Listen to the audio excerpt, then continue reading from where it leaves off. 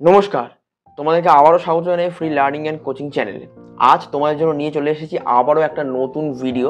এবার আজকের ভিডিওতে তোমরা থাম্বনেল দেখে এবং ভিডিওর নাম দেখে বুঝতে পেরেই গেছো। আজকে আমরা আলোচনা করতে চলেছি নবম শ্রেণীর আরেকটি পাঠ্যগল্প, খুবই ইন্টারেস্টিং একটা পাঠ্যগল্প, যার নাম হচ্ছে চন্দ্রনাথ। লিখেছেন তারাশঙ্কর বন্দ্যোপাধ্যায়। এবার এই যে চন্দ্রনাথ গল্পটি, এই গল্পটি যেহেতু অনেক বড় আকারে, একটু বড় গল্প এবং এটা একটা উপন্যাসের অংশ আসলে, তো এই গল্পটিকে আমরা কিন্তু আলোচনা করব দুটো ভিডিওতে। এই ভিডিওতে তোমরা প্রথম পর্বটা দেখতে পাবে এবং পরের সপ্তাহে আসবে এই ভিডিওর দ্বিতীয় এবং অন্তিম পর্ব। তো আজকের এই ভিডিও তোমরা আলোচনাটা দেখো এবং কমেন্টে জানিও তোমরা কতটা কি বুঝতে পারলে। তারপরে কিন্তু আমরা পরের সপ্তাহে আলোচনা করব দ্বিতীয় পর্ব নিয়ে। তাহলে চলো আর বেশি কথা না বলে শুরু করবো আজকের ভিডিও। তবে ভিডিও শুরু করার আগে তোমাদেরকে প্রতিবারের মতো একই কথা বলবো যে তোমার যদি ভিডিওটা ভালো লাগে লাইকটা করো, কমেন্ট করে জানিও একটু, আর সাবস্ক্রাইব করে দিও আমাদের চ্যানেলটা যদি আমাদের চ্যানেলটাকে ভালো লেগে থাকে। সামনেই তোমাদের বার্ষিক পরীক্ষা, তো আরও অনেক নতুন নতুন কিন্তু কন্টেন্ট এই চ্যানেলে আসছে, বিভিন্ন ক্লাসের বিভিন্ন বিষয় সংক্রান্ত ভিডিও এই চ্যানেলে আসবে। তোমরা শুধু কমেন্ট করে জানিও তোমাদের কোন সাবজেক্টের কী নিয়ে ডাউট আছে, তাহলেই আমরা সেই ভিডিও আনার চেষ্টা করব। তাহলে চলো আর বেশি কথা না বলে শুরু করছি আজকের আলোচনা। আমাদের আজকের আলোচনার বিষয়বস্তু হচ্ছে নবম শ্রেণীর পাঠ্যগল্প চন্দ্রনাথ। আজকের যে গল্পটি আমাদের আলোচ্য বিষয় সেটি হলো চন্দ্রনাথ। এবার চন্দ্রনাথ লিখেছেন তারাশঙ্কর বন্দ্যোপাধ্যায়। প্রথমেই আমরা জেনে নেব তারাশঙ্কর বন্দ্যোপাধ্যায়ের জীবন সম্বন্ধে কিছু কথা। তো তারাশঙ্কর বন্দ্যোপাধ্যায়ের জীবন সম্বন্ধে তোমাদের বইয়ের পিছনে কি লেখা আছে দেখা যাক। তারাশঙ্কর বন্দ্যোপাধ্যায় জন্ম 1898 খ্রিস্টাব্দের 24শে জুলাই। জন্ম বীরভূমের লাভপুরে। পিতার নাম হরিদাস বন্দ্যোপাধ্যায় এবং প্রখ্যাত সাহিত্যিক তারাশঙ্কর বন্দ্যোপাধ্যায় কলকাতার সেন্ট জেভিয়ার্স কলেজে শিক্ষা গ্রহণ করেছিলেন। কর্মসূত্রে তিনি কিছুদিন কলকাতায়ও ছিলেন এবং কানপুরেতেও ছিলেন। আধুনিক কালের অগ্রগণ্য এই ঔপন্যাসিকের রচিত বিভিন্ন উপন্যাসগুলির মধ্যে রয়েছে আরোগ্য নিকেতন, গণদেবতা, পঞ্চগ্রাম, ধাত্রী দেবতা, হাঁসুলি বাঁকের উপকথা, খুব ইম্পর্টেন্ট এবং উল্লেখযোগ্য একটি উপন্যাস। তিনি কলকাতা বিশ্ববিদ্যালয়ের শরৎ স্মৃতি পুরস্কার থেকে জগত্তারিণী স্মৃতিপদক, রবীন্দ্র পুরস্কার, সাহিত্য একাডেমি পুরস্কার, পদ্মশ্রী, পদ্মবিভূষণ, পদ্মভূষণ এবং জ্ঞানপীঠ সব রকম পুরস্কার তার ঝুলিতে ছিল। এছাড়া তার লেখা বিখ্যাত কিছু ছোট গল্পের নামও এখানে উল্লেখযোগ্য: জলসাঘর, বেদেনী, রসকলি, নারী ও নাগিনী, তারিণী মাঝি ইত্যাদি। 1952 খ্রিস্টাব্দে ইনি বিধান পরিষদের সদস্য হন। আমাদের পশ্চিমবঙ্গে যে আইনসভা সেটা কিন্তু আগে দ্বিকক্ষ বিশিষ্ট ছিল, এখন বর্তমানে একটি কক্ষ বিশিষ্ট হয়ে গেছে। বিধান পরিষদকে আইন করে তুলে দেওয়া হয়েছে, কিন্তু আগে কিন্তু বিধান পরিষদ বলে একটি উচ্চকক্ষ এবং বিধানসভা যেটা নিম্নকক্ষ সেটা ছিল। বিধান পরিষদের বিলুপ্তির পরে বর্তমানে শুধুমাত্র বিধানসভায় পড়ে রয়েছে। এছাড়া ইনি কিন্তু 1955-তে ভারতীয় প্রতিনিধি দলের সদস্য হিসেবে চীন সফরে গেছেন। 57 খ্রিস্টাব্দে এশীয় লেখকদের মধ্যে ভারতের প্রতিনিধিত্ব করার জন্য তিনি তাশখন্দে গেছিলেন। 1971 খ্রিস্টাব্দের 14ই সেপ্টেম্বর প্রখ্যাত এই সাহিত্যিকের জীবনাবসান ঘটে। এবার চলে আসবো আমরা এই চন্দ্রনাথ যে উপন্যাসের যে অংশটি, সেটা কোন উপন্যাসের অন্তর্গত। প্রথমেই তোমাদের বলে রাখি 1936 খ্রিস্টাব্দে কিন্তু দেশ পত্রিকায় কালপুরুষ নামে এই যে চন্দ্রনাথ নামক উপন্যাসটি এটি প্রকাশ হয়েছিল। যদিও উপন্যাসটির নাম চন্দ্রনাথ নয়, আমাদের এখানে পাঠ্যটির নাম চন্দ্রনাথ হলেও এই উপন্যাসটির আসলে নাম হচ্ছে আগুন। তোমাকে যদি প্রশ্ন করা হয় যে উৎস কি চন্দ্রনাথ গল্পের, তাহলে তোমায় বলতে হবে তারাশঙ্কর বন্দ্যোপাধ্যায় রচিত আগুন উপন্যাসের প্রথম এবং দ্বিতীয় পরিচ্ছেদ থেকে সংক্ষেপিত আকারে এই গল্পটিকে নেওয়া হয়েছে। আমাদের পাঠ্য যেটুকু রয়েছে সেইটুকু এখান থেকেই নেওয়া হয়েছে। এবার এই যে চন্দ্রনাথ, এই গল্পটা আমি তো আলোচনা করবো, তবে আলোচনা করার আগে তোমাদের বলে রাখি এই গল্পের প্রধান চরিত্র এখানে চন্দ্রনাথ হলেও উপন্যাসটিতে কিন্তু প্রধান চরিত্র চন্দ্রনাথ নয়। সেটা তোমরা উপন্যাসটি পড়লে পরবর্তীতে জানতে পারবে। তাহলে চলো শুরু করছি এবার গল্পের আলোচনা। সার্কুলার রোডের সমাধিক্ষেত্র হইতে বাহির হইয়া চন্দ্রনাথের কথাই ভাবিতে ভাবিতে বাড়ি ফিরিলাম। কত কথা মনে হইতেছে। দীর্ঘ এতদিনের জীবন ইতিহাসের মধ্যে কয়টি পৃষ্ঠায় চন্দ্রনাথ গভীর রাত্রির মধ্য গগনচারী কালপুরুষ নক্ষত্রের মতো দীপ্তিতে পরিধিতে প্রদীপ্ত ও প্রধান হইয়া আছে। কালপুরুষ নক্ষত্রের সঙ্গে চন্দ্রনাথের তুলনা করিয়া আমার আনন্দ হয়। ওই নক্ষত্রটির খড়গধারী ভূমিকায় আকৃতির সঙ্গে চন্দ্রনাথের আকৃতির যেন একটা সাদৃশ্য আছে। এমনই দৃপ্ত ভঙ্গিতে সেও আপনার জীবনের কক্ষপথে চলিয়াছে। একদিনও পিছনে ফিরিয়া চাহিল না। ক্ষণিক বিশ্রাম করিল না। যাহাকে কুক্ষিগত করিবার অভিপ্রায় তাহারে উন্মত্ত যাত্রা তাহাকে আজও পাইল না, তবু সে চলিয়াছে। সঙ্গে সঙ্গে আরো একজনকে মনে পড়িতেছে, হিরুকে। চন্দ্রনাথ, হিরু, আমি সহপাঠী। আরো একজনকে মনে পড়িতেছে, চন্দ্রনাথের দাদা নিশানাথ বাবুকে। কেমন করিয়া যে এই তিনজন একই সময় ক্ষুদ্র একটি গ্রামের মধ্যে আসিয়া পড়িয়াছিলাম বলিতে পারি না, কিন্তু বিস্ময় প্রকাশ করিব না। আগ্নেয়গিরি গর্ভের মধ্যে কল্পনাতীত বিচিত্র সমাবেশে যত কিছু প্রলয়ঙ্কর দাহ্য বস্তু সমাবিষ্ট হয় কি করিয়া, এও হয়তো সেই বিচিত্র সমাবেশ।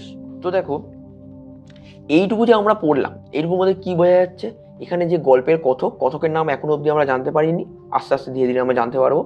এই গল্পের যে কথক, তিনি রাস্তা দিয়ে ফিরতে ফিরতে হঠাৎ করে চন্দ্রনাথের কথা ওনার মনে পড়ছে, এবং ওনার মনে হচ্ছে ওনার যে জীবনের যে গল্প, সেই জীবন ইতিহাসের মধ্যে কয়েকটি পৃষ্ঠাতে চন্দ্রনাথ রয়েছে। আমাদের প্রত্যেকের জীবনটাই আসলে এরকম ধরনের। আমাদের প্রত্যেকের জীবনে যারা যারা আছে তারা কেউ চিরস্থায়ী নয়, তারা প্রত্যেকেই একটা নির্দিষ্ট অংশ অভিনয় করতে তোমার জীবনে এসছে। এটা খুব সত্যিকারের কথা যে তোমার জীবনে যারাই আজকে রয়েছে তারা চিরদিন থাকবে না, আবার এমনও নয় যে সবাই ছেড়ে চলে যাবে।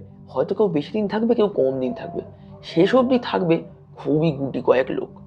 তো এরমভাবে চন্দ্রনাথও এনার জীবনে এসেছিল, এবং চন্দ্রনাথ এনার জীবনে যেটুকু অংশে রয়েছে সেটুকুর মধ্যে কিন্তু উজ্জ্বল, অর্থাৎ এমন একটি দুটো পৃষ্ঠা, যেমন হয় না কোনো একটা গল্প বা উপন্যাস তুমি যদি পড়ো তার মধ্যে কি হয়, একটা দুটো পৃষ্ঠায় বা লাইন এমন থেকে যায় যেগুলোকে তুমি উপন্যাসটা পুরো পড়ার পরেও তোমার মনে থেকে যাবে। একটা সিনেমার ক্ষেত্রেও হয় এটা, যে সিনেমা দেখতে গিয়ে একটা সিন এমন হয় যেটা তোমার আজীবন মনে থেকে যাবে। তো সেরকমভাবেই এনার জীবনে অনেক লোক এসে গেছে এই যে কথক আমাদের, কিন্তু তার মধ্যে চন্দ্রনাথ একটা উজ্জ্বল অধ্যায়। চন্দ্রনাথের সাথে উনি তুলনা করছেন কালপুরুষ নক্ষত্রের। কেন কালপুরুষ নক্ষত্রের তুলনা করছেন? চন্দ্রনাথ যেভাবে নিজের জীবনের যাত্রাপথে এগোচ্ছে কালপুরুষ নক্ষত্রের মতোই তাকে মনে হচ্ছে। সেরকমভাবেই খড়গধারী হাতে তীর ধনুক ধরে এগোচ্ছে, এবং যাকে পাওয়ার জন্য সে এগোচ্ছে সেটা পাচ্ছে না, তাও তার এগোনো থামছে না, সে তবুও এগোচ্ছে। এটাই বলা হচ্ছে এই জায়গাটার মাধ্যমে। এছাড়াও কিন্তু লেখকের আরেকজনকেও মনে পড়ছে, বা কথকের আরেকজনকেও মনে পড়ছে। মনে পড়ছে কাকে? হিরুকে। এবার বোঝা যাচ্ছে এখানে তিনটে চরিত্র মানে প্রধান হলো কথক, হিরু এবং চন্দ্রনাথ। হিরুকেও কেন মনে পড়ছে? কারণ এই হিরু, চন্দ্রনাথ এবং যে আমাদের কথক, এরা দুজনে না, মানে এরা তিনজনে চারিত্রিক বৈশিষ্ট্যের দিক থেকে পুরোপুরি আলাদা। মানে এদের বন্ধু হওয়ার কথাই নয় কোনোভাবে, কিন্তু তাও এরা এক জায়গায় একই স্কুলে পড়তো এবং বন্ধু হয়েও গেছিল। কি করে হয়েছিল সেটাতে কথক বেশি অবাকও হচ্ছে না। কথকের মনে হচ্ছে যেমনভাবে আগ্নেয়গিরিতে বিভিন্ন রকমের বস্তু একসাথে মিশে গলে থাকে, তেমনভাবেই হয়তো এদেরও মিলনটা হয়েছিল, এদেরও দেখা হয়েছিল। তো তারপর আমরা পরিচয়। ঘরে কেহ নাই। টেবিলের উপর টেবিল ল্যাম্পটা অকম্পিত প্রদীপ্ত জ্যোতিতে জ্বলিতেছে। আলোকিত কক্ষের মধ্যে একা বসিয়া চন্দ্রনাথ, হিরু ও নিশানাথকে ভাবিতেছি। সম্মুখেই দেওয়ালে বিলম্বিত বড় আয়নাটির মধ্যে আমারই প্রতিবিম্ব আমার দিকে চিন্তাকুল নেত্রে চাহিয়া বসিয়া আছে। অলিক কায়াময় ছায়া, তবু আমার এই স্মৃতি স্মরণে বাধা দিয়া তাহারই দিকে আমাকে আকর্ষণ করিতেছে। আলোটা নিভাইয়া দিলাম। মুহূর্তে ঘরখানা প্রগাঢ় অন্ধকারে ভরিয়া উঠিল। অতীতের রূপ এই অন্ধকার। আলোকিত যে দিবসটি অবসান হইয়া তমসা পারাবারের মধ্যে ডুব দিল, আর সে তো আলোকিত প্রত্যক্ষের মধ্যে ফেরে না। এই যে লাইনটা, এইখানে যে লাইনটা লেখক লিখেছেন, আলোকিত থেকে শুরু করে ফেরে না অবধি, এটাকে আন্ডারলাইন করে রাখো। তোমরা বুঝতে পারবে এর মাধ্যমে যে কত বড় সাহিত্যিক হলে তবে এরকম একটা লাইন, এরকম একটা উক্তি করা যেতে পারে। আলোকিত যে দিবসটি অবসান হইয়া তমসা পারাবারের মধ্যে ডুব দিল, অর্থাৎ একটা যে দিনে আমরা জানি কি দিন হয় তারপর রাত হয়, আবার তারপর রাত, দিন হয় আবার রাত হয়, এই দিন রাত চক্রাকারে চলছে পৃথিবীর আবর্তন গতির কারণে, এটা আমাদেরকে বিজ্ঞান বলছে। কিন্তু আসল কথা হচ্ছে যে যে দিনটা, যে দিনের বেলাটা অন্ধকারে ডুবে গেল, বা যে দিনের বেলাটা চলে গেল, কখনো কি আর সেটা ফিরে আসে? ভালো করে ভেবে দেখো আমি কি বলতে চাইছি। আমি বলতে চাইছি যে আজ ধরে নাও তুমি যে দিনের বেলাটা কাটাচ্ছ বা রাতটা কাটাচ্ছ, পরবর্তীতে যে রাত আসবে বা দিন আসবে সেটা কিন্তু একটা নতুন রাত বা দিন, এইটা আর ফিরে আসবে না। ঠিক আমাদের জীবনের মতো, আমাদের জীবনেও যে সময়টা চলে যায় সেটা চলেই যায়, আর ফিরে আসে না। অনেক বিকেল দেখেছো তুমি, প্রতিটা বিকেল কিন্তু আলাদা। তোমার জীবনে যতগুলো বিকেল এসছে, যতগুলো সকাল এসছে আজ অব্দি, সব কটা নতুন নতুন, প্রত্যেকে আলাদা। তুমি জানো না কোন দিনে তোমার সাথে কি হতে চলেছে। তাই জন্যই তো এটা তো জীবনের একটা মজা না, অ্যাডভেঞ্চার। তো তেমনভাবে এখানে লেখক বলছেন ঘরে কেউ ছিল না, অন্ধকার ঘরে ইনি বসে চন্দ্রনাথের কথা, হিরুর কথা ভাবছিলেন। তো ওনাকে ওনার ভাবনার মধ্যে যে বাধা দিচ্ছিল সে হচ্ছে ওনারই প্রতিবিম্ব, যেটা আয়নায় তৈরি হয়েছে। তার জন্য উনি বললেন আয়নাটাকে আয়নাটাকে তো বন্ধ করতে পারবেন না, উনি ঘরে আলোটা নিভিয়ে দিলেন। আমরা জানি আলো না থাকলে কিন্তু প্রতিবিম্ব ছায়া কিছুই তৈরি হতে পারবে না।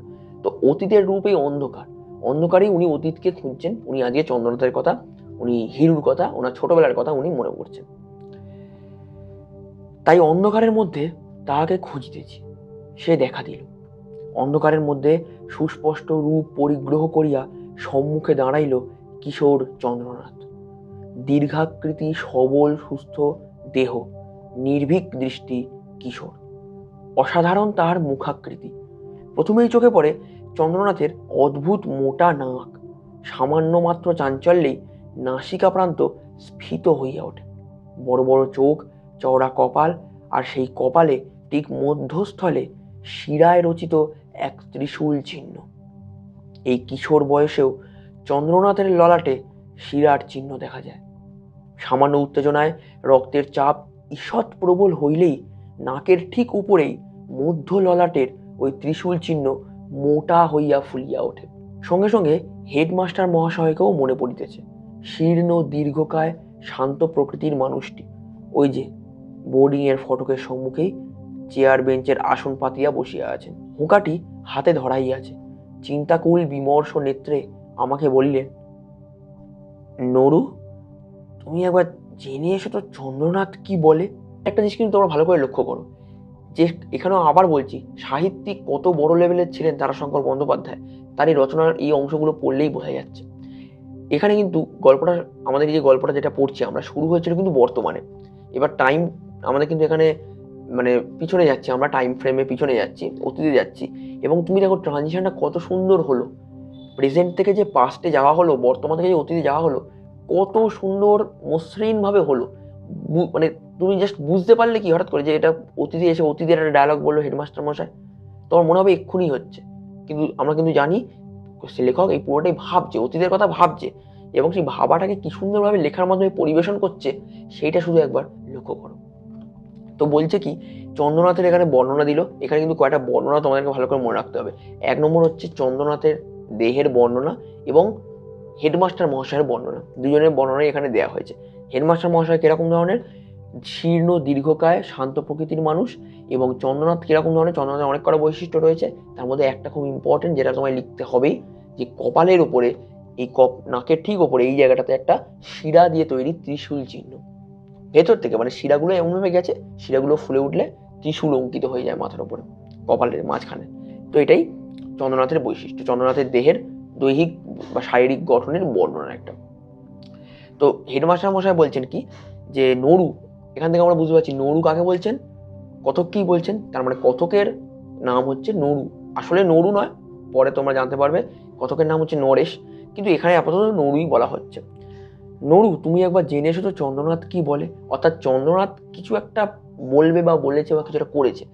হেডমাস্টার মশাই নরুকে বলছেন তুমি একবার গিয়ে জেনে এসো।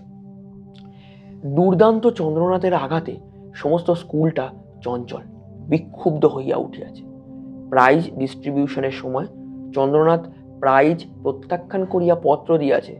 সেকেন্ড প্রাইজ সে গ্রহণ করিতে চায় না, সে আজ পর্যন্ত কখনো সেকেন্ড হয় নাই, তাহার কথা অবহেলা করিতে পারিলাম না। তো এখানে দেখো চন্দ্রনাথ কি করেছে, চন্দ্রনাথের কার্যকলাপ এখানে বললো। স্কুলে পরীক্ষা হয়েছে, পরীক্ষাতে চন্দ্রনাথ দ্বিতীয় হয়েছে, এবং দ্বিতীয় হওয়ার পরে চন্দ্রনাথ চিঠি দিয়ে স্কুল কর্তৃপক্ষকে জানিয়েছে এই প্রাইজ আমি নিতে পারবো না, আমার পক্ষে এটা নেওয়া অপমানজনক, আমি কখনো জীবনে সেকেন্ড হইনি, তো সেকেন্ডের প্রাইজ আমি গ্রহণ করব না, ফার্স্ট হলে তবেই আমি প্রাইজ নেব, নচেত প্রাইজ আমি গ্রহণ করব না। বোঝা যাচ্ছে চন্দ্রনাথের নিজের উপর কনফিডেন্স এবং অহংকার কতটা পরিমাণে রয়েছে। তো এরপর একটা লাইন দেখো, এই লাইনটা খুব আন্ডারলাইন করে রাখো, এই লাইনটা যেটা আমি পড়লাম, তাহার কথা অবহেলা করিতে পারিলাম না। এখানে প্রশ্ন আসে যে তাহার কথা অবহেলা করিতে পারিলাম না, কার কোন কথা কে অবহেলা করতে পারেনি। এটা কি হবে উত্তর বলো তো? এর উত্তর হবে নরেশ হেডমাস্টার মশাইয়ের কথাটা অবহেলা করতে পারেনি। হেডমাস্টার মশাই কোন কথা অবহেলা করতে পারেনি? ওই যে উনি বললেন যে নরেশ কি চন্দ্রনাথ কি বলছে একবার তুমি গিয়ে জেনে এসো, সেই কথাটাকে কথক নরু বা নরেশ অবহেলা করতে পারেননি। চন্দ্রনাথের কাছেই গেলাম।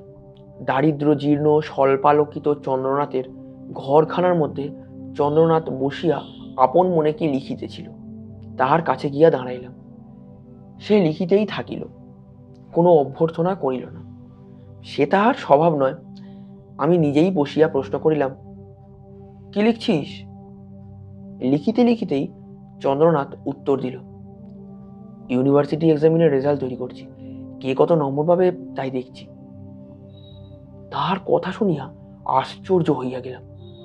চন্দ্রনাথ আরো খানিকটা লিখিয়া কাগজখানা আমার সম্মুখে ফেলিয়া দিয়া বলিল, দেখ। কাগজটায় চোখ বুলাইতেছিলেন। চন্দ্রনাথ বলিতেছিল, আমার যদি 550 কি তার বেশি ওঠে তবে স্কুলের এই রেজাল্ট হবে, মানে 2টো ফেল, রমিও আর শ্যামা, তাছাড়া সব পাস হবে। আর আমার যদি 525-এর নিচে হয় তবে 10টা ফেল, তুই তাহলে 3rd ডিভিশনে যাবি। বেশ মনে পড়িতেছে তাহার কথা শুনিয়া রাগ হইয়াছিল। এই দাম্ভিকটা যেন ফেল হয় এই কামনাও বোধহয় করিয়াছিলাম। চন্দ্রনাথ হাসিয়া বলিল, তুই বোধহয় রাগ করছিস, কিন্তু অনুপাতের আঙ্কিক নিয়মে যার মূল্য যতবার কষে দেখবে একই হবে, একের মূল্য কমে সকলের কমবে। This is mathematics. আমি এইবার কথাটা পারিব ভাবিতেছিলাম, কিন্তু সে হইল না। চন্দ্রনাথের দাদা একখানা পত্র হাতে আসিয়া দাঁড়াইলেন। চন্দ্রনাথের হাতে পত্রখানা দিয়া বলিলেন, এ কি? পত্রখানার উপর দৃষ্টি বুলাইয়া চন্দ্রনাথ অসংকোচে বলিল, আমি 2nd প্রাইজ রিফিউজ করেছি। কারণ? কারণ? চন্দ্রনাথের নাসিকা প্রান্ত স্ফীত হইয়া উঠিল। ললাটে শিরায় রচিত ত্রিশূল চিহ্ন ধীরে ধীরে আত্মপ্রকাশ করিতেছিল। এক মুহূর্ত স্তব্ধ থাকিয়া সে বলিল, কারণ 2nd প্রাইজ নেওয়া আমি বিনিথ মাই ডিগনিটি বলে মনে করি। এতটা যে পড়া হলো, এখান থেকে তোমরা বুঝতে পারছো যে চন্দ্রনাথের কাছে এসেছে আমাদের কথক নরেশ, এবং চন্দ্রনাথ কি তৈরি করছিল শুনতে অদ্ভুত লাগলেও ইউনিভার্সিটির যে পরীক্ষা হয়েছে, কলেজের পরীক্ষা, সেই পরীক্ষাতে কে কত নম্বর পেয়েছে, মানে কে কত নম্বর পেতে পারে, ও সেইটা করছিল। আমরা নর্মালি কি করে থাকি, পরীক্ষা দেওয়ার পরবর্তীতে আমরা ভাবি কি আমরা নিজেরা কত নম্বর পাবো সেই নিয়ে একটা আন্দাজ আমাদের চলতেই থাকে। তোমরা যারা মাধ্যমিক পরীক্ষা দিয়েছো, মানে মাধ্যমিক পরীক্ষা যারা দেবে বা স্কুলে পরীক্ষা দিলেও এটা হয়, আমি তো বিশেষত করেছিলাম, মাধ্যমিক পরীক্ষা উচ্চমাধ্যমিক পরীক্ষা হয়ে যাওয়ার পরবর্তীতে বাড়িতে এসে যে কদিন রেজাল্ট বেরোচ্ছে না, বাড়িতে এসে নিজের নাম্বারকে বারবার করে দেখা, মনে মনে একটা পরীক্ষা দেওয়ার পর তো নিজের আন্দাজ হয় যে আমি কত নম্বর পাবো, সেটা দিয়ে আমরা নিজের রেজাল্ট তৈরি করতে পারি, একটা অ্যাপ্রক্স একটা যেটা আন্দাজ আমার এই রেজাল্টটা হবে। কিন্তু এটা কখনো সম্ভব যে একজন মানুষ সারা স্কুলে সবার রেজাল্ট তৈরি করছে এবং রেজাল্টটা মানে আসল তৈরি করছে না, কাল্পনিক তৈরি করছে, এবং তার এতটাই কনফিডেন্স যে সে বলছে আমি যদি এই পরিমাণ নাম্বার পাই, এই পরিমাণ আমার মানে স্কোর হয়, তাহলে বাকি সবার এই হবে, আর আমার যদি এর থেকে কম হয় তাহলে বাকি সবার আরো খারাপ হবে। তুমি বুঝতে পারছো তো ওর কতটা নিজের উপর আত্মবিশ্বাস রয়েছে। হালকা একটু অহংকারও আছে অবশ্যই, কিন্তু আত্মবিশ্বাস প্রচন্ড। চন্দ্রনাথ হাসিয়া বলছে, তারপরে বলছে, তুই বোধহয় রাগ করছিস, কেননা কতককেই বলছে তুই 3rd ডিভিশনে যাবি, কতককেই অপমান করে দিচ্ছে। ও সত্যি কথা সোজা একটা বলে দেবে, কত অপমানিত হলো, কে অপমানিত হলো কে অপমানিত হলো না, তাতে চন্দ্রনাথের বিশেষ কিছু আসে যায় না। তো এই সময় নরেশ ভাবছিল যে হেডমাস্টার মশাই যেটা ওকে বলতে বলেছে সেটা বলবে, কিন্তু সেই সময়তে ঘরে ঢুকছে ওনার দাদা, অর্থাৎ চন্দ্রনাথের দাদা নিশানাথ বাবু, এবং সে জিজ্ঞেস করে তুমি কেন চিঠি দিয়েছো, কারণ খবরটা তার কাছেও পৌঁছেছে। তো তখন চন্দ্রনাথ বলছে 2nd প্রাইজ নেওয়াকে আমি বিনিথ মাই ডিগনিটি বলে মনে করি, অর্থাৎ উনি বলছে, মানে ছেলেটা বলছে যে ও মানে 2nd প্রাইজ নিচ্ছে, এটা ওর পক্ষে খুব অপমানজনক, তাই জন্য ও নেবে না। চন্দ্রনাথের দাদা ক্ষোভে যেন কাঁপিতেছিল। বহু কষ্টে আত্মসংবরণ করিয়া তিনি বলিলেন, কথাটা বলতে তোমার লজ্জায় বাঁধলো না? ডিগনিটি, একে তুমি ডিগনিটি বলো? তোমার অক্ষমতার অপরাধ। বাঁধা দিয়া চন্দ্রনাথ বলিল, তুমি জানো না দাদা? কি জানি না? জানবার এতে আছে কি? স্কুলের সেক্রেটারির ভাইপো ফার্স্ট হয়েছে, সে আমারই সাহায্যে হয়েছে, আর ওর যে প্রাইভেট মাস্টার, স্কুলের অ্যাসিস্ট্যান্ট টিচার, তিনি কি বলবো প্রশ্নপত্র ছাত্রটির কাছে গোপন রাখেননি, তারও ওপর উত্তর বিচারের সময় ইচ্ছাকৃত ভুলও করেছেন তিনি এবং আরো দু একজন। চন্দ্রনাথের দাদার মুখ দিয়া কথা সরিতেছিল না। ভদ্রলোক নির্বিরোধী শান্ত প্রকৃতির মানুষ, তিনি অবাক হইয়া চন্দ্রনাথের মুখের দিকে চাহিয়া রহিলেন। চন্দ্রনাথ বলিল, অঙ্কের পরীক্ষা দিন সে আমায় মিনতি করলে, আমি তাকে 3টে অঙ্ক আমার খাতা থেকে টুকতে দিলাম। মাস্টার পূর্বে বলে দেওয়া সত্ত্বেও সে সময় তার মনে ছিল না। চন্দ্রনাথের দাদা গম্ভীর এবং ধীর কণ্ঠস্বরে বলিলেন, তোমার সঙ্গে তর্ক করে লাভ নেই, তোমার সঙ্গে তর্ক করে ফল নেই। তুমি ওই পত্র প্রত্যাখ্যান করে ক্ষমা চেয়ে হেডমাস্টার মশাইকে পত্র লেখো, বুঝলে? চন্দ্রনাথ বলিল, না। কঠোরতর স্বরে চন্দ্রনাথের দাদা বলিলেন, তোমায় করতে হবে। না না। চন্দ্রনাথের দাদা যেন বিস্ময় অভিভূত হইয়া গেলেন এবার। না, করবে না? ভদ্রলোকের কণ্ঠস্বর এবার কাঁপিতেছিল। না। কিছুক্ষণ নীরবে দাঁড়াইয়া থাকিয়া চন্দ্রনাথের দাদা বলিলেন, তোমার বৌদি বলতো আমি বিশ্বাস করিনি, কিন্তু তুমি এত দূর স্বাধীন হয়েছ, ভালো। আজ থেকে তোমার সঙ্গে আমার আর কোনো সংস্রব রইল না, আজ থেকে আমরা পৃথক। তাহলে বুঝতে পারছো চন্দ্রনাথের নিজের ওপর আত্মবিশ্বাসটা কতটা। চন্দ্রনাথের কথা অনুযায়ী যে ছেলেটা ফার্স্ট হয়েছে সে হচ্ছে স্কুলের সেক্রেটারির ভাইপো, এবং তার প্রাইভেট যে টিউটার যে তাকে বাড়িতে পড়ায় সে নাকি তার কাছে প্রশ্নপত্র সব বলে দিয়েছিল, এবং সেই প্রশ্নপত্র বলে দেওয়া সত্ত্বেও আগে অঙ্কগুলো জানা ছিল তার যে এই অঙ্কগুলো আসবে, তাও চন্দ্রনাথ যেহেতু বন্ধু হয় চন্দ্রনাথ নিজের খাতা থেকে তাকে অঙ্ক টুকতে দিয়েছিল, ঠিক আছে। তারপরেও কিন্তু চন্দ্রনাথ প্রথম হতে পারেনি, প্রথমটা হয়েছে ওই ছেলেটা যে স্কুলের সেক্রেটারির ভাইপো। তো চন্দ্রনাথের কথা অনুযায়ী চন্দ্রনাথ বলছে এটা মানে সে জালিয়াতি করে ফার্স্ট হয়েছে, আসলে তার যোগ্যতা ছিল না, যে যোগ্যতায় হতো হয়তো চন্দ্রনাথ কিছু বলতো না। চন্দ্রনাথের নিজের যোগ্যতার উপর একটা চরমভাবে বিশ্বাস রয়েছে, সেটা কিন্তু প্রতিটা পদে পদে আমরা বুঝতে পারছি। যখন দাদা ওকে বলছে তুমি চিঠিটাকে প্রত্যাখ্যান করে একটা পত্র লেখো হেডমাস্টার মশাইকে, তখনও চন্দ্রনাথ বলছে না আমি করবো না। ও নিজের লক্ষ্যে স্থির, ও যেটা করেছে ওর কাছে ও যেটা করেছে একদম ঠিক করেছে, তো সুতরাং ও ক্ষমা চাইবে না। চন্দ্রনাথ দাদা শেষ পর্যন্ত বলছে, ঠিক আছে তাহলে তোমার বৌদি তো বলতো আমি শুনেছিলাম যে তুমি নাকি অনেক দূর স্বাধীন হয়েছো, আজ থেকে তাহলে আমরা পৃথক আলাদা থাকবো। চন্দ্রনাথ এরপরে উত্তর দিচ্ছে। অবিচলিত কণ্ঠস্বরে চন্দ্রনাথ বলিল, বেশ। চন্দ্রনাথও কিন্তু বলছে আচ্ছা আলাদা হতে হবে, ঠিক আছে আলাদা হয়ে যাবো, অসুবিধা নেই কিছু। নিজেই রান্নাবান্না করে খাওয়া দাওয়া থেকে শুরু করে সবকিছু একা একা চন্দ্রনাথ কি করবে। চন্দ্রনাথের দাদা নত শিরে নীরবে দাঁড়াইয়া রহিলেন। তিনি নিশ্চয়ই এ উত্তর প্রত্যাশা করেন নাই, বিশেষত এমন সংযত নিরুচ্ছ্বসিত কণ্ঠের উত্তর। আমি বেশ বুঝিলাম ভদ্রলোক আত্মসংবরণের জন্য বিপুল প্রয়াস করিতেছেন। দাঁতে ঠোঁট কামড়াইয়া তিনি দাঁড়াইয়াছিলেন, চোখের দৃষ্টিতে বেদনা ও ক্রোধের সে এক অদ্ভুত সংমিশ্রণ। এমন বুকে দাগ কাটা দৃষ্টি আমার জীবনে আমি খুব কমই দেখিয়াছি। এই লাইনটাকে আন্ডারলাইন করে রাখো, এখান থেকে কিন্তু প্রশ্ন আসে। এমন বুকে দাগ কাটা দৃষ্টি আমার জীবনে আমি খুব কমই দেখিয়াছি। কোন দৃষ্টি, কার দৃষ্টি? সেই দৃষ্টিতে চোখের মধ্যে কি কি মেশানো ছিল? চোখের মধ্যে বেদনা এবং ক্রোধ, অর্থাৎ দেখো দাদার কিন্তু ওর ভাইয়ের জন্য কষ্টও হচ্ছে যে এরাম হয়ে গেল আমার ভাইটা, এবং রাগও হচ্ছে, মানে রাগ মিশ্রিত একটা কষ্ট, সেটাকে খুব ভালোভাবে কিন্তু এখানে তারাশঙ্কর বন্দ্যোপাধ্যায় তার লেখার মাধ্যমে তুলে ধরেছেন। এক মুহূর্তেও যেন স্পষ্ট দেখিতে পারিতেছি দাদা মুখ তুলিয়া সম্মুখের জানালার ভিতর দিয়া আখড়া তমাল গাছটার দিকে চাহিলেন। কাকের কোলাহল চলিয়াছে সেখানে, তাহাকে দেখিয়া আমার বড় কষ্ট হইল। আজও এই অন্ধকারের মধ্যে আমি চোখ মুদিলাম।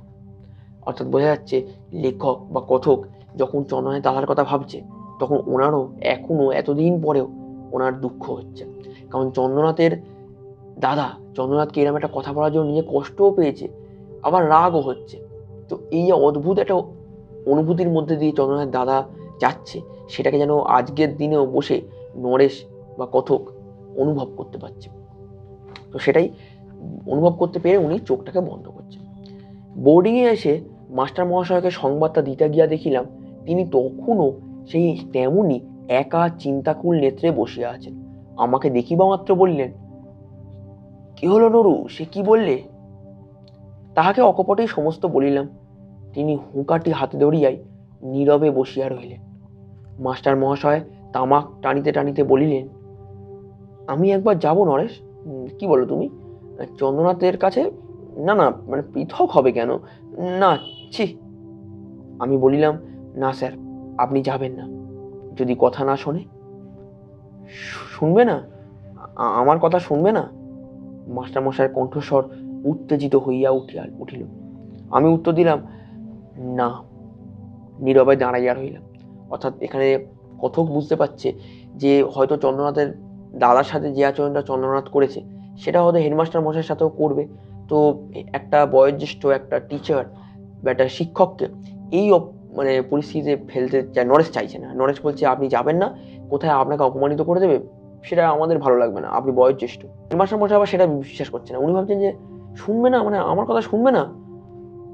তখন বলছে যে না, মানে শুনতে নাও পারে, কারণ চন্দ্রনাথের যে রূপ দেখে এসছে নরেশ, তারপর চন্দ্রনাথের উপর থেকে সব বিশ্বাসই ওনার উঠে গেছে।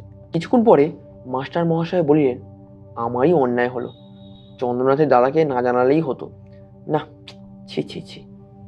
আমি চলিয়া আসিতেছিলাম, তিনি আবার ডাকিলেন, তুমি বলছো নরেশ আমার যাওয়া ঠিক হবে না? চন্দ্রনাথ আমার কথা শুনবে না? আমি নীরবেই কিছুক্ষণ দাঁড়াইয়া রহিলাম, তারপর ধীরে ধীরে চলিয়া আসিলাম। দিন দুই পরে শুনিলাম চন্দ্রনাথ সত্যই দাদার সহিত পৃথক হইয়াছে। চন্দ্রনাথের সহিত দেখা করিলাম। সে বলিল, পৃথক মানে কি? সম্পত্তি তো কিছু ছিল না, মাত্র বাড়িখানা আর বিঘে কয় জমি, কিছু বাসন, সে ভাগ হয়ে গেল। আমাকে তো এবার নিজের পায়ে দাঁড়াতেই হতো, এ ভালোই হলো। আমি চুপ করিয়া রহিলাম। বোধহয় সেদিন সে সময় ভাবিয়াছিলাম চন্দ্রনাথের সহিত সংস্রব রাখিব না। মনে মনে সংকল্পটা দৃঢ় করিতেছিলাম। চন্দ্রনাথ হাসিয়া বলিল, হিরু এসেছিল আজ আমার কাছে, বলে কাকা বলছেন তোমাকে তিনি একটা স্পেশাল প্রাইজ দেবেন। তো এখান থেকে বুঝতে পারছি আমরা এতক্ষণ পর জানা যাচ্ছে সেই গল্পের শুরুতে তিনজনের কথা বলা হয়েছিল, নরেশ, চন্দ্রনাথ এবং হিরু। হিরুই হচ্ছে সেই ছেলেটা যে সেবারে ফার্স্ট হয়েছিল, চন্দ্রনাথ যার কারণে সেকেন্ড হয়েছে। অন্যবারে হয়তো হিরু মানে চন্দ্রনাথের মতো হতে পারে না, কিন্তু চন্দ্রনাথকে টপকে গিয়ে এই বছরেই হিরু ফার্স্ট হয়েছে, এবং হিরুই হচ্ছে স্কুলের সেক্রেটারির সেই ভাইপো হিরু। আমি প্রশ্ন করিলাম, কি বললি তুই?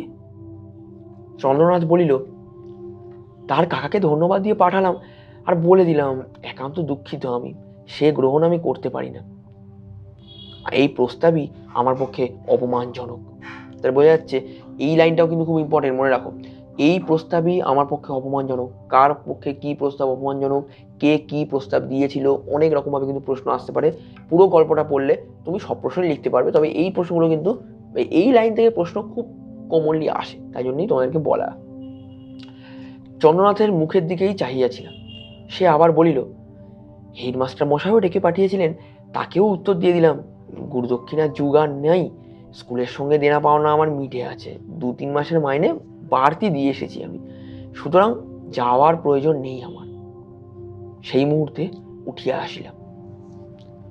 তাহলে চন্দ্রনাথ বলছে কি, যে স্কুলের সাথেও আর আমার সম্পর্ক নেই, কেননা গুরুদক্ষিণার যুক্ত আর নেই, আর স্কুলে যাওয়ার দরকারও নেই, কেন 2-3 মাসের মাইনে চন্দ্রনাথ এক্সট্রা দিয়ে এসেছে। এতক্ষণ ধরে তোমাদের সাথে আমি আলোচনা করলাম চন্দ্রনাথ গল্পের প্রথম অংশ নিয়ে। এর পরের অংশ নিয়ে আমরা আলোচনা করব পরের ভিডিওতে। পরের সপ্তাহে যে ভিডিও আসবে সেখানে চন্দ্রনাথের পরের পর্ব নিয়ে সব রকম আলোচনা হবে। তো এই পর্বতে তোমরা যা আমি তোমাদেরকে বোঝালাম, তোমরা কতটা সেটা বুঝতে পারলে সেটা আমাকে অবশ্যই কমেন্ট করে জানিও। আর কিছু প্রশ্ন আমি তোমাদের জন্য দিচ্ছি, যেগুলো প্রশ্নগুলো ডেসক্রিপশন বক্সে আমি লিখে দেবো, যে প্রশ্নগুলো কিন্তু তোমাদের খুব দরকারি প্রশ্ন, যেগুলো থেকে কিন্তু প্রশ্ন তোমাদের পরীক্ষাতে আসতেও পারে। আর চন্দ্রনাথ নিয়ে আলোচনা এর পরের সপ্তাহে বাকি ভিডিওতে আসছে, তার জন্য তোমরা চ্যানেলটাকে সাবস্ক্রাইব অবশ্যই করে রাখো, আর বন্ধুদেরকে শেয়ার করে জানিয়ে দাও যে এরকম একটা চ্যানেল আছে। আজকের মতো আসছি, আবার দেখা হচ্ছে তোমার সাথে পরের সপ্তাহে চন্দ্রনাথের দ্বিতীয় পর্ব নিয়ে। ততক্ষণের জন্য সাবস্ক্রাইব করো চ্যানেলটাকে, আর চ্যানেলের পাশে থাকো। আসছি, পড়াশোনা করতে থাকো, শিখতে থাকো। বাই।